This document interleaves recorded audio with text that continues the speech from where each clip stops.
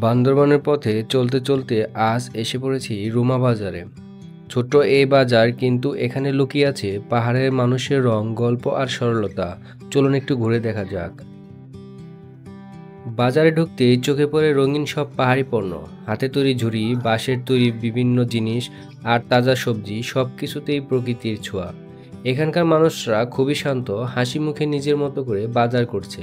কেউ বাচ্চাকে নিয়ে এসেছে, কেউ আবার সকালে তোলা সবজি বিক্রি করছে। একটা আলাদা রিদম আছে পুরো বাজার জুড়ে। পাহাড়ি এই পানগুলো খেতে খুবই মিষ্টি এবং সুস্বাদু।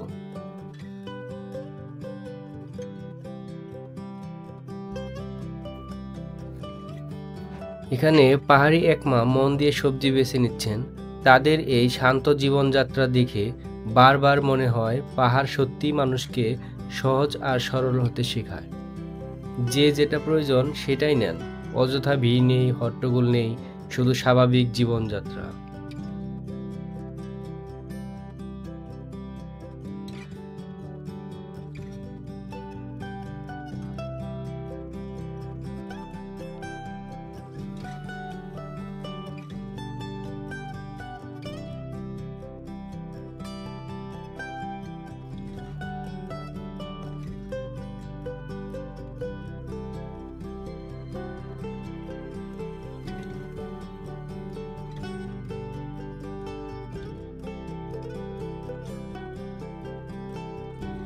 এখন আমি চলে আসছি রুমা বাজারের মাছের বাজারের অংশে। এখানে নদী থেকে আনা বিভিন্ন রকমের মাছ পাওয়া যায়। এছাড়াও এই মাছের বাজারের পাশেই রয়েছে শুটকির কয়েকটা দোকান। এখানে হরেক রকমের শুটকি পাওয়া যায়।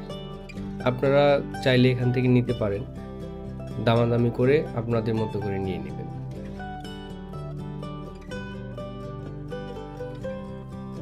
পাহাড়ি এলাকায় এমন প্রাণবন্ত মাছের বাজার দেখা সত্যি উপভোগ্য।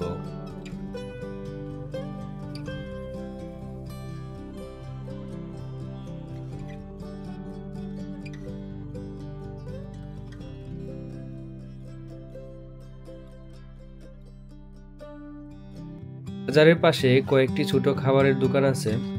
এখানে চাইলে গরম খাবার খেয়ে নিতে পারেন, দেশি মুরগি, ভাত কিংবা পাহাড়ি সবজি।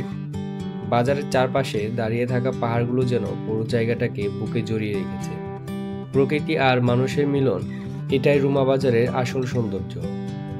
রুমা বাজার শুধু কেনাকাটার জায়গা নয়, পাহাড়ি মানুষের জীবনের এক টুকরো অধ্যায়। এখানে এসে যেন কাছ থেকে তাদের জীবনকে ছুঁয়ে দেখা যায়।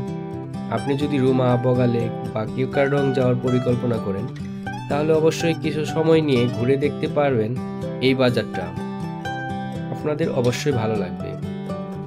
আমার এই ছোট্ট প্রচেষ্টা ভিডিওটি যদি ভালো লেগে থাকে তাহলে অবশ্যই লাইক, কমেন্ট আর শেয়ার করবেন। সামনে আরও পাহাড়ের গল্প আসছে, সাথে থাকুন।